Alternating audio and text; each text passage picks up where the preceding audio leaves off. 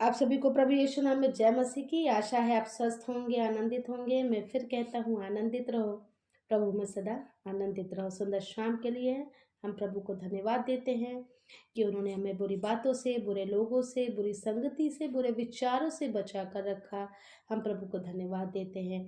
और ये सुंदर संगति जो पवित्र आत्मा की उपस्थिति में, परमेश्वर की उपस्थिति में होने पाती है, इसके लिए हम धन्यवाद देते हैं त्रिएक परमेश्वर को कि हमारे जीवनों में वह कार्य करते हैं और परमेश्वर की पाक उपस्थिति हमेशा हमारे साथ, हम सबके साथ रहती है। आइए प्रियो, हम आज के वचन में जो मनन करने वाले हैं उसके पहले हम छोटा सा कोरस गाएंगे और फिर हम आगे बढ़ेंगे। रूहे खुदा का प्यार मिला है, यीशु का लहू मुझे छू गया है। रूहे खुदा का प्यार मिला है, यीशु का लहू मुझे छू गया है, छू गया है,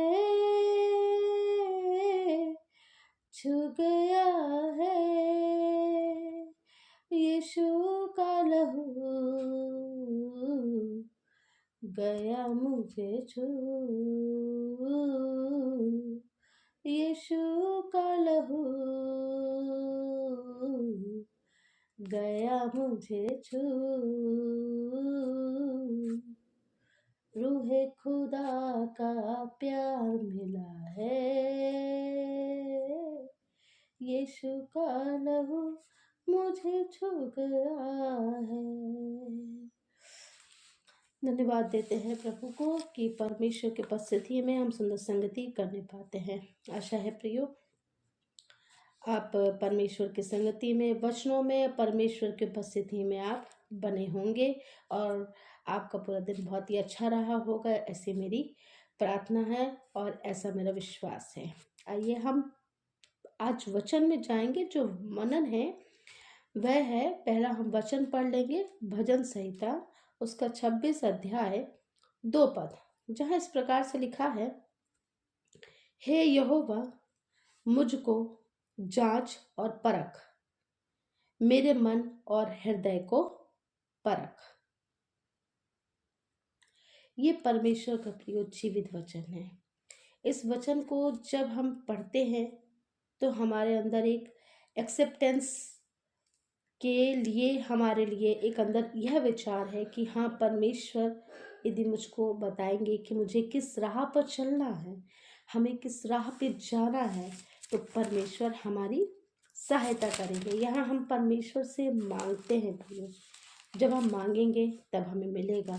ये हम जानते हैं कि परमेश्वर ने कहा मांगो तो तुम्हें दिया जाएगा, है ना। खटखटाओ तो तुम्हारे लिए खोला जाएगा, क्योंकि जो कोई मांगता है उसे मिलता है ना। और जो खटखटाता है उसके लिए खोला जाएगा। तो प्रियो, हम अपने आप को परमेश्वर की उपस्थिति में रखें, परमेश्वर से मांगे कि हाँ परमेश्वर, मुझे जांचिए, मुझे परखिए और मेरे लिए जो सही है केवल वही कीजिए, क्योंकि हम आपसे अलग होकर हम कुछ नहीं कर सकते। हम आपसे अलग होकर, क्योंकि जब हम आपके साथ हैं तो हमारा जीवन तभी कुछ ऐसी गलत बातों से छुटकारे का जीवन रहेगा, डिलीवरेंस का जीवन रहेगा। तब हम एक डिलीवरेंट लाइफ हम जीने पाएंगे, है ना प्रियो। क्योंकि हम जैसे नीति वचन में पढ़ें तो जैसे कि हम यहाँ नीति वचन 3 अध्याय, यदि जब हम पूरा अपना भरोसा किस पे रखें, लेकिन कब, परमेश्वर पर रखें, कि तू अपनी समझ का सहारा ना लेना वरन संपूर्ण मन से यहोवा पर भरोसा रखना, उसी को स्मरण करके सब काम करना, तब वह तेरे लिए सीधा मार्ग निकालेगा।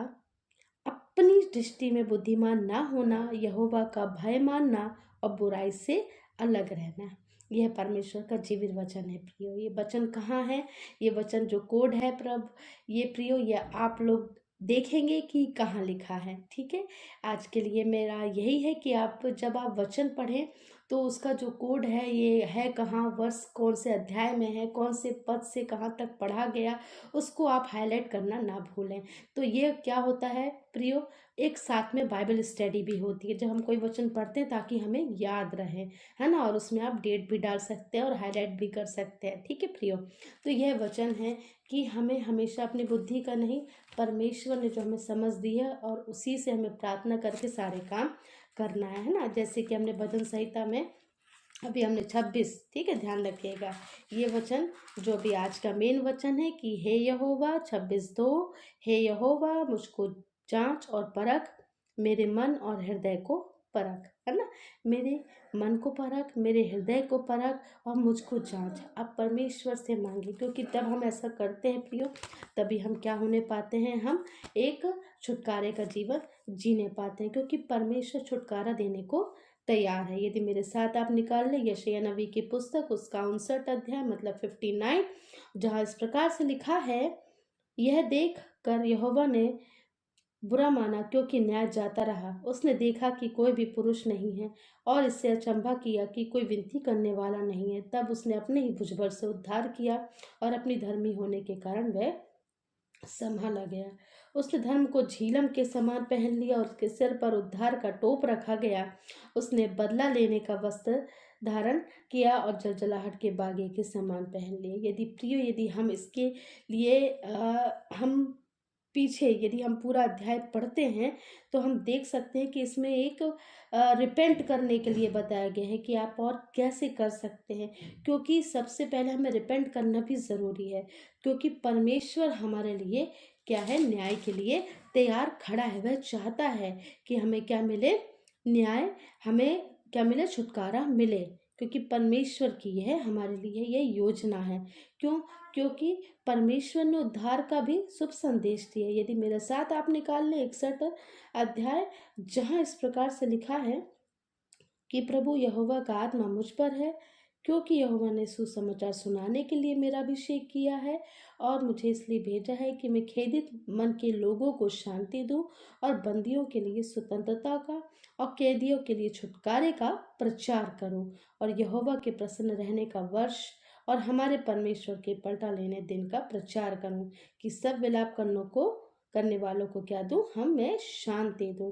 यदि प्रियो ये हम वचन जब पढ़ते हैं तो हमें यहाँ अपने जो हमारा उद्धार करता है, हमारा प्रभु यीशु मसीह, ये हमें वचन उनके लिए बताता है कि प्रभु यीशु मसीह ने जिस प्रकार से बोला, है ना, कि अंतिम समय में किस प्रकार से वह कार्य होगा, किस प्रकार से वह जो कार्य उन्होंने कहा है वह कैसे आएगा। उन्होंने हर प्रकार से वह बातें बताई कि जिससे हमें क्या मिले, छुटकारा मिले। मन फिराओ, क्योंकि स्वर्ग का राज्य निकट है ना। और यदि हम प्रकाशित वाक्य उसका हम 3 निकाले तो वहाँ क्लियर है, 3:11 में लिखा है, मैं शीघ्र ही आने वाला हूँ और जो कुछ तेरे पास है उसे थामे रहे, कि कोई तेरा मुकुट छीन ना ले। ये है प्रियो कि परमेश्वर का वचन आज हमें यह बताता है कि हमें छुटकारा, हमें डिलीवरेंस का जीवन जीना है। ये हम कैसे जी सकते हैं? पहले ये हम परमेश्वर से प्रार्थना करके कि हे परमेश्वर, मेरे मन को, हृदय को जांच और परख। फिर दूसरा ये कि हमारा पूरा भरोसा केवल आप पर ही है, कि तो अपनी समझ का सहारा मत लेना, वरन संपूर्ण मन से यहोवा पर ही भरोसा रखना और सारे काम उसी को स्मरण किए करके किया करना। और परमेश्वर के हमें उस उद्धार का जो शुभ संदेश है वो भी हमें ध्यान रखना है।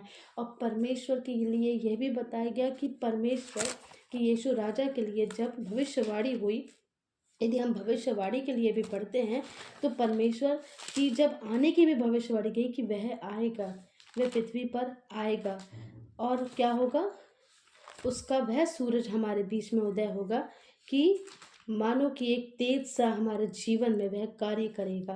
तो प्रियो, जब परमेश्वर ने अपनी भविष्यवाणी भी कर, अपने प्रिय पुत्र की भी भविष्यवाणी कर दी कि वह आएंगे और हम सब के जीवन को क्या करेंगे, हमारा जीवन नया कर देंगे। तो परमेश्वर चाहते हैं कि हमारा जीवन नया हो, क्योंकि परमेश्वर क्या देने को तैयार है, परमेश्वर हमें छुटकारा देने को तैयार है। तो परमेश्वर जानते हैं कि परमेश्वर हर एक प्रकार से उस वचन से जो हमें वह बताना चाहते हैं, वो यही बताना चाहते हैं कि आप छुड़ा लिए जाएंगे, लेकिन कैसे? जब हम उनकी आज्ञाओं पर चलेंगे। यदि हम कब कि भला होता कि तूने मेरी आज्ञाओं को ध्यान से सुना होता, तब तेरी शांति नदी के समान और तेरा धर्म समुद्र की लहरों के समान होता। तो जानते हैं परमेश्वर की यह योजना है अपने लोगों के लिए। वह चाहते हैं, क्योंकि तब परमेश्वर मैं यहोवा हूँ जो तेरे लाभ के लिए शिक्षा देता हूँ, और जिस मार्ग से तुझे जाना है उसी मार्ग पर तुझे ले चलता हूँ। तो ये परमेश्वर का प्रिय जीवित वचन है। परमेश्वर हम सब के लिए एक मार्ग तैयार किया है, हम सब के लिए एक योजना है, हम सब के लिए, हमारे जीवन के लिए जो प्लान से परमेश्वर ने हमारे लिए रखे हुए हैं। क्योंकि परमेश्वर ने हमारा चित्र अपने हथेली पे बनाया नहीं है प्रियो, खोद रखा है। तो सोचिए, खोद रखा है, इसका मतलब है कि प्रियो परमेश्वर हमसे कितना प्यार करते हैं, क्योंकि वह हमसे बहुत प्रेम करते हैं। तो प्रेम इसमें नहीं कि हमने उनसे प्रेम किया, प्रेम इसमें कि परमेश्वर ने हमसे प्रेम किया और उन्होंने हमें चुना है। तो प्रियो आज के वचन से आशा है कि आप उत्साहित हुए होंगे अपने जीवन में। जो आपका परिवर्तन है, जो अपने जीवन में आप परमेश्वर का कार्य देखने पाएंगे प्रियो। और अगर आपने विश्वास से ये वचन लिया है और विश्वास से प्रार्थना के साथ बैठे हैं और आपने हर एक कार्य इस मन से किया है कि परमेश्वर मेरे लिए उचित मार्ग निकालेगा, तो अवश्य है प्रियो कि परमेश्वर की आज्ञाओं पर चलते हुए हमारे हर एक कार्य क्या होंगे? संभव होंगे और सफल होंगे, और हमारे जीवन में हमेशा आशीष हमें परमेश्वर की ओर से मिलती रहेगी। यह परमेश्वर का जीवित वचन है प्रियो। आइए हम छोटी सी प्रार्थना कर लें। धन्यवाद धन्यवाद धन्यवाद देते हैं प्रभु जी सुंदर शाम के लिए। प्रभु जी धन्यवाद देते हैं प्रभु जी, अपने यहाँ उपस्थित एक एक जन को आपके हाथों पे रखते हैं प्रभु जी। जो आपने वचन दिया हम सबके जीवनों में भरपूरी से प्रभु जी कार्य करें प्रभु जी, ऐसी प्रार्थना है प्रभु जी। क्योंकि आपका वचन प्रभु जी ताया हुआ है, बांधा हुआ है हमारे जीवन के लिए, ताकि हमारे जीवन में वह कार्य होने पाए प्रभु जी। क्योंकि आपने बोला है, मैं तुझे न कभी छोड़ूंगा ना कभी त्यागूंगा, मैं हमेशा तेरे संग संग रहूंगा। क्योंकि यहोवा की यह वाणी है कि जो कल्पनाएं मैं तेरे विषय करता हूँ उन्हें मैं जानता हूँ, वह हानि ही की नहीं वरन लाभ की है, और अंत में तुम्हारी आशा मैं पूरी करूँगा। यस प्रभु जी, आपने इतना प्यारा वचन दिया। आपने बोला मैं शीघ्र ही आने वाला हूँ, और जो कुछ तेरे पास है उसे थामे रहे।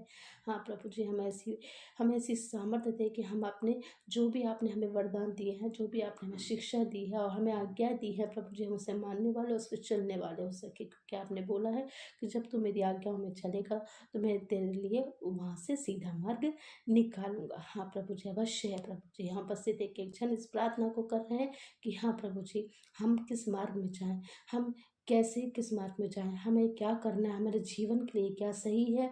हाँ प्रभु जी, तो हाँ प्रभु, हमें जांच और हमें परख, हमारे हृदय को टटोल, हमारी बातों को प्रभु जी अपने पास रखिए, और जो हमारे लिए सही है प्रभु जी वह हमारे जीवन में होने दीजिए प्रभु जी। अपना नियंत्रण हमारे जीवन में रखिए प्रभु जी, ऐसी प्रार्थना है। आज की सुंदर शाम के लिए प्रभु जी आपको फिर से लाखों लाख धन्यवाद देते हैं। फिर से एक बार प्रभु जी सारा आदर महिमा और जलाल देते हुए इस प्रार्थना को मसीह यीशु नासरी के नाम से मांगते, सुनिए तैसे कबूल कीजिए। आमीन आमीन आमीन।